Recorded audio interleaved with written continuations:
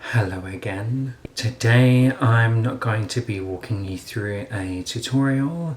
I am going to be doing some makeup therapy. Quite a lot has happened since my last video and it has not been good. It's not been good. And today I'm going to be talking about my Auntie Jo passing away just 3 months and a week ago today. Frankly, I don't know where to begin, and I know I'm gonna forget things that I want to say, but that's just what happens when you've got a lot of emotions. On February 19th, my Auntie Jo, at the age of 46, passed away suddenly from an asthma attack. When I found out, my whole world crumbled, and I crumbled, and I'm still crumbled. I'm still crumbling.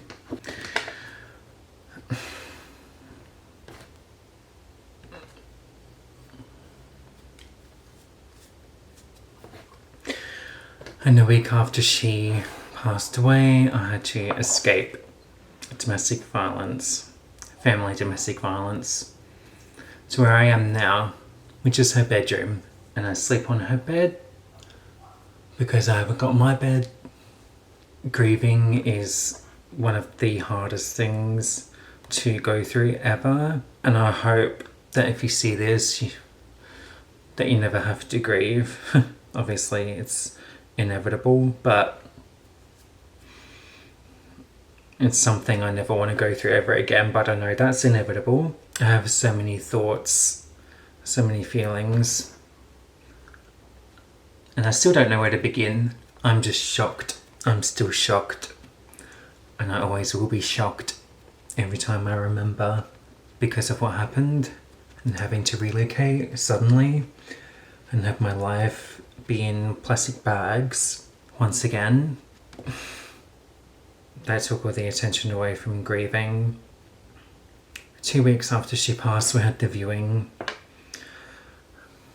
and that was really hard. The viewing was really hard, really hard. I won't go into details about what you see, but you know, you can be as morbidly curious as you want and look into that kind of thing and have an interest in true crime and all that, but the real thing you will just never be prepared for. But what was done for her was very nice, and I appreciated the effort. And then the next day was the funeral. The viewing was harder than the funeral. I spoke at the funeral. I didn't fall apart. I thought I would, but I was probably still in shock. And I was just more happy about the fact that people rocked up, lots of people, and that made me happy that people loved her and had so many stories to share. And the wake was hard though, because you've got all these people coming up to you, sad, and just having to talk to people in general is hard when you're autistic, and just hearing, oh, I could have been different and blah blah blah, and it's like, can't change anything. It's shit when people say that, but you know, people feel complex things when they're grieving. And so for a while after that, not knowing where I was gonna live took all the attention away of being able to grieve. And I was in protection mode, being anxious every day once again, like I was for my birthday, which is the last time I saw her. For my 27th birthday is the last time I saw Jo, and I beat myself up every day wishing I would message her because I planned to. And I actually was in the shower at the time that she would have been passing away, thinking, oh, I should get in touch with her and get some advice about this thing I'm going to. But I couldn't, and I can't, and that's really hard. And I hate it. I actually hate that. I'm angry and I hate that. Grieving is one of the most isolating experiences ever. It's just, you're alone. And then every time you remember, it's like it's happening all over again. All over again. It's a brand new shock every time. And so after the stresses of where am I going to live kind of lifted, the grief hit me like a ton of bricks. It hit me like a train. And it happens unexpectedly. You don't just kind of think about them. They come into your mind and take over. And that's really hard. It's super hard. It's happening more when I go to work, when I'm driving, because it takes like 40 minutes to get to work now. And it's just entering this state of mind where you're just sinking and you don't know where you're going. But all you can think about is this person, how wrong it is they're gone, that they can't just stop existing anymore. That's not right. Why? What? That doesn't make sense. Why is... You know? You don't know what to do with it except feel. And then you cry, and then you don't cry, and then you're numb, and then you're angry, and just... It's all repeating itself. And it's just like, no, surely she'll come back. Surely. Surely. But what people don't realise is this was my second mother. She wasn't just someone I saw every once in a while. She lived with us. We lived together quite often for long periods of time. She looked after me when I was going through being a teenager, when I was sick with meningitis and all that. She was there for me.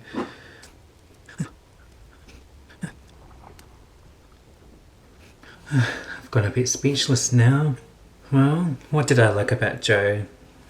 She was funny. One of the most beautiful people you would ever see and meet. So funny, so just would laugh so loud. You could hear it from the next suburb. And I always learnt from her to be funny and just make everything funny and silly. And we'll play silly games like license plate games where we'd make swear words out of the 3 letters on number plates and make fun of words and make new words and text each other, calling each other Princess Sprinkle Banana Muffin with chocolate syrup on top and start each text that way. I won't get to have that anymore. And that really fucking sucks. I'm really angry about that and sad. And I will never get over this. I will never wrap my head around it, ever.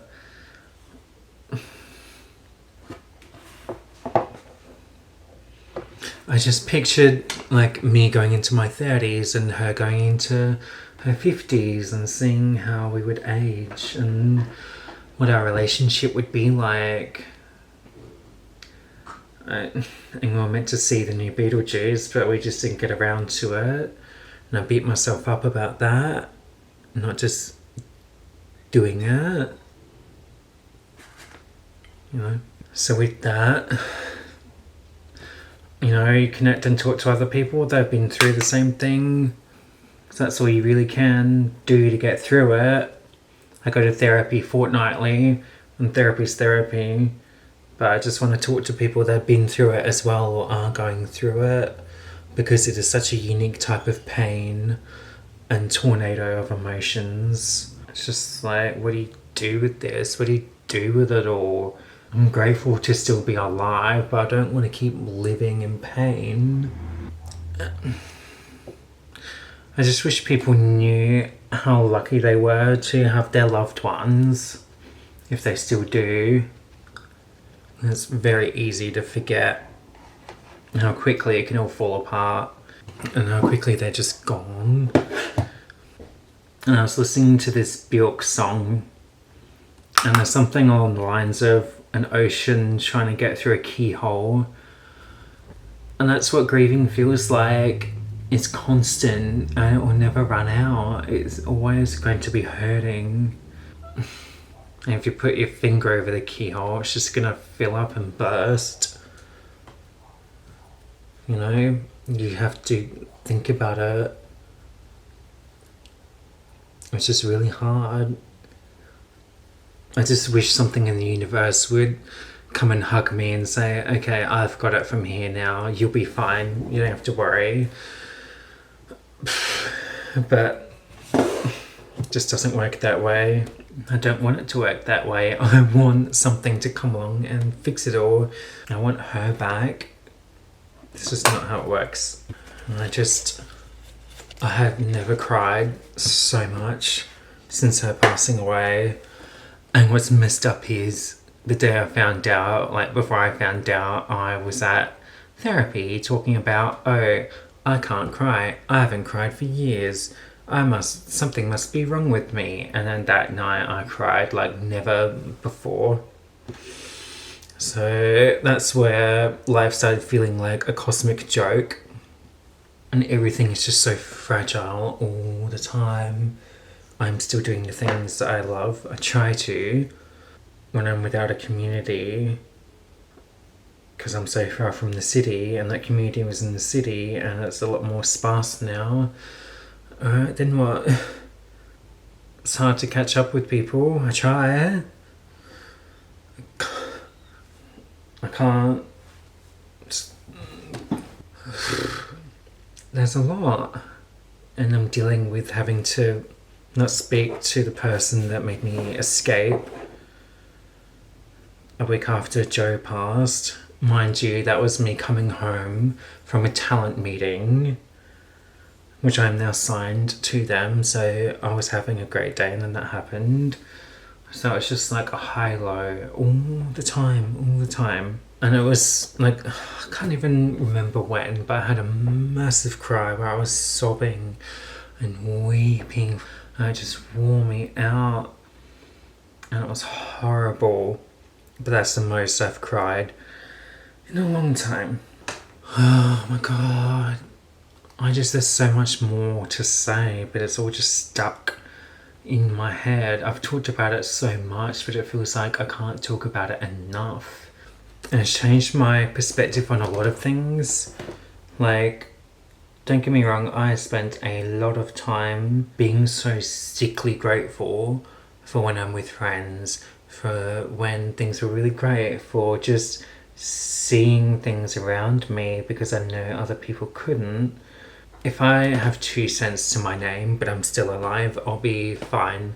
At least I'm still alive, because nothing can be as bad as losing Joe again. And I'm sure there are things that will be as bad as that again in the future, because you just can't read the future. But it's making me mad when I see people complain about the littlest things. And I'm like, yeah, I would complain too, but I'm like, really? That's what's tripping you up? Oh my god, you've got it so good. You've got everything. That's not to say people don't go through things, but it's like, oh my god, alright. Wish that was my struggle. Because when I'm not okay, it's when I remember that Joe's gone, and I'll never get her back ever, ever. In the billions of years that have come and will go, I will not have her within that, and that's not fair. And I just really hope there is an afterlife or something, so that she's not just ended. I want her to be happy now, going through space or time or whatever, than just be ended, because that's not what she deserves. She deserves the absolute, she deserves the universe at her hands, because that's how beautiful she was. I know it's sounding like I'm angry at the moment, but I'm not. I am just very impassioned about how things should be, how just unfair all of this is. You hear about people dying all the time, but when it happens to someone you love, it is just soul destroying.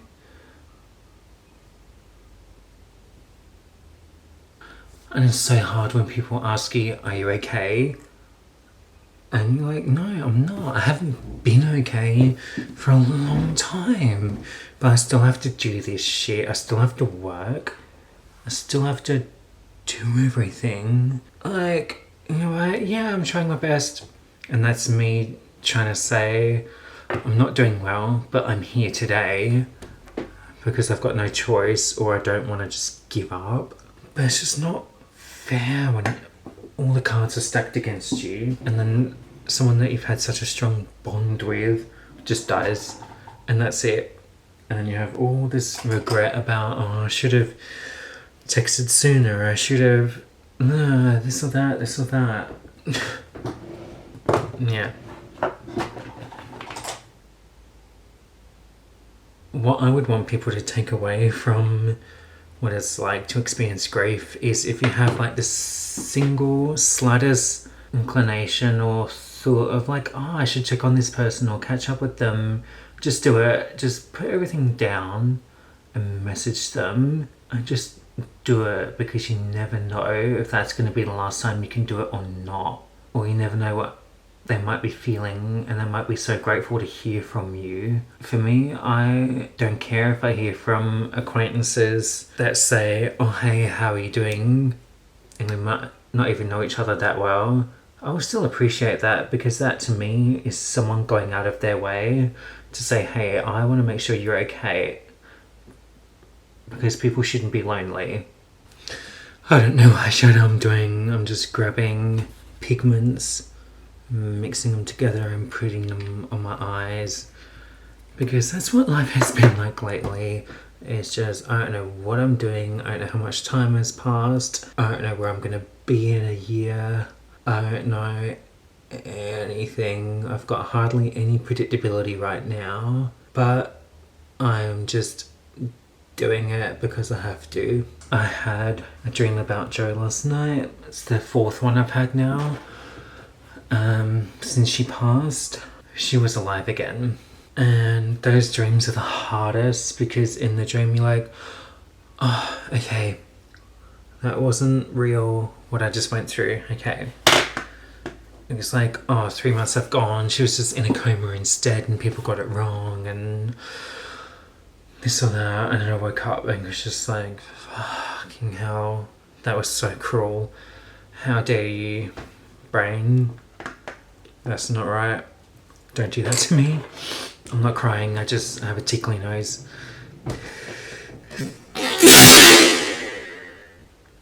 Okay. I listen to music when I can. I'm listening to music right now because it's hard for me to hear my own voice, which I shouldn't be like, but that's just how it is for me.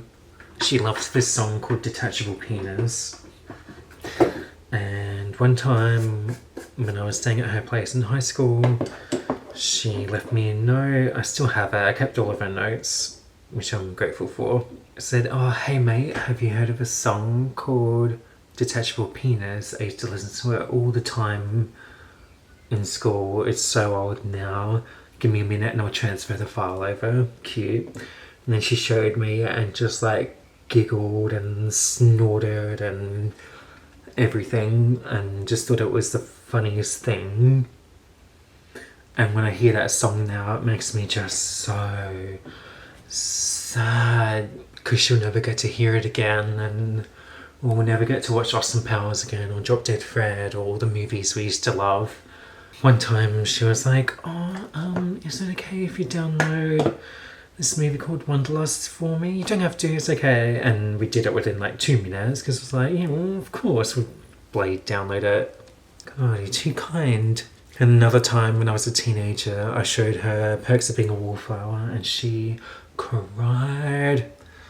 And she saw it on the comedy section on Netflix and was like, that's not a fucking comedy. Fix it. That's not a fucking comedy. And she was right, it's not. So many memories with her, man. She would always make the effort for people. She would always vigilantly and belligerently check on people and make sure they were okay. And so that's why I hope she did that for herself. I don't know if she did. It breaks my heart to think that maybe she was lonely.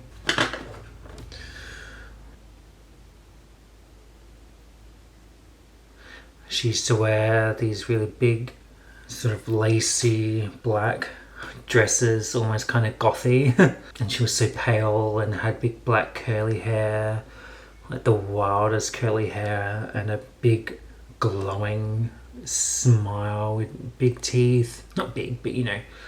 And would just light up the whole room. And she would squeeze me so tight for so long. Like, I wouldn't be able to tell when she was done, and I was sort of let go and she would go even tighter. She just loved so much, which makes me angry that she's gone, because we need that love. And so we're looking after a cat, Meow Meow. She's beautiful, and I'm so happy to have her. Beautiful little cat. She's had her for like 10 years. I don't know if cats know when someone passes away, but she was just waiting for Joe to come home. And then Joe just wasn't coming home. And again, that's not fair. That's not how it should be, right? So this video has been all over the place, because that is just what grief is. Grief is all over the place, and there's no timeline, there's no choice in it, there's no predicting it. Oh man. Just, yeah. I just wish people knew the pain I was in. I wish I could get a break. Wish I could get out of this. Wish it didn't happen. Yeah. I'm just done advocating for myself. I'm sick of it. I'm sick of having to prove I'm doing enough or doing the right thing. I know I don't have to prove things to anyone, but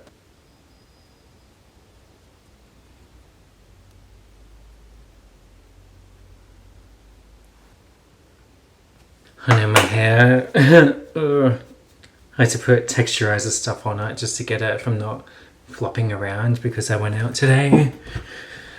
So if you're seeing this and wondering how I'm doing, it feels like since my birthday I stepped into a personal hell, and I will be okay, and I still have good days. This is just how I'm feeling during those days. This is just what I'm going through. And as soon as I have a stable house, as soon as I can peacefully grieve for my beautiful Auntie Jo, I will be somewhat okay. And one of my other wishes is that, I know you can't keep people from dying, but I wish I could be there with her while she was going, so I could just say goodbye and just tell her it's going to be okay. Like, I never want someone to feel alone, ever. Never ever. That is one of the worst things ever. I will do anything to stop that if I can. And I guess when she first passed away, I went out for a friend's birthday to Glenelg, and there was the most beautiful sunset, and it just really hit me, and I realised she's never going to see a sunset ever again. And it was so somber and intense. And I just was like, okay, every time I see a sunset or something beautiful, I'll see her smiling at me, which I do. I see her smiling at me in my face all the time. Or one time I was getting petrol and I was walking back to my car, and it was like I had a flash in my head or something of her just running up to me to hug me, but then she wasn't there. I just would do anything to have a hug from her again, because she gave really great hugs, like I mentioned before. And she supported my drag and everything, and she took me to my modelling gigs, or would leave me notes that she's cooked me a meal for breakfast, or we'd eat nachos, or like just all the loving things, all the love. I will miss her for the rest of my life, for my entire existence, until my soul leaves my body and I'm either with her or I stop. There will not be a day where she isn't on my mind.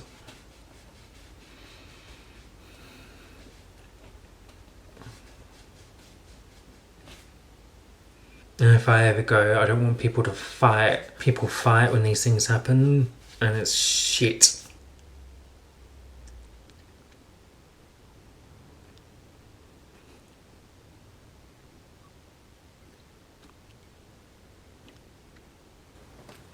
And so, I guess I'm nearly finished with this video. The memory I will hold dearest to my heart and will never forget.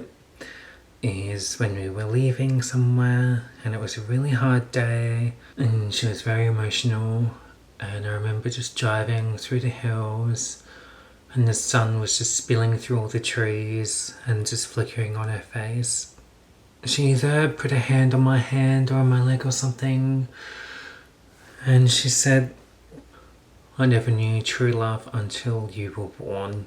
And that was so profound for me. And it was so special to me from that moment then. And it's even more special now because it only highlighted the bonds that we have. Because I still have that bond with her in me. And I just wish it was different.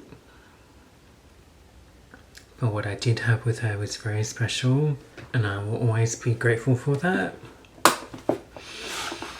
So, love your loved ones. Don't forget about the people that are being forgotten about.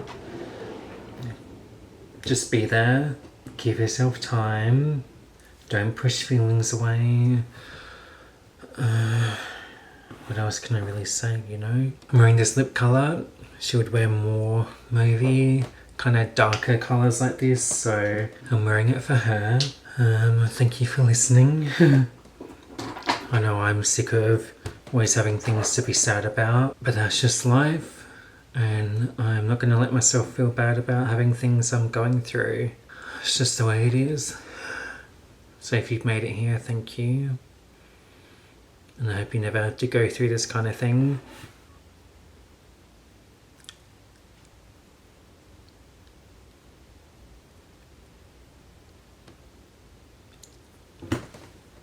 Alright.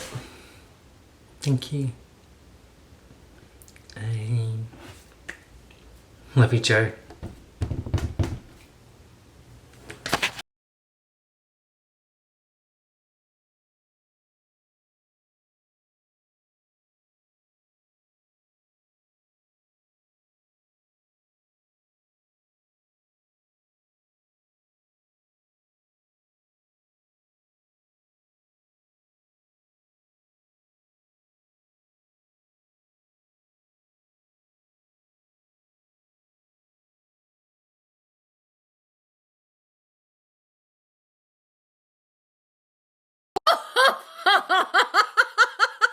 Go, take it.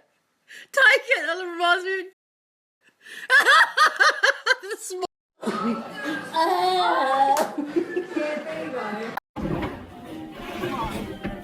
Oh my god! I can see that. Oh Yes. shit! Wait, move your hand. Move your hand, move your hand. Yeah, no.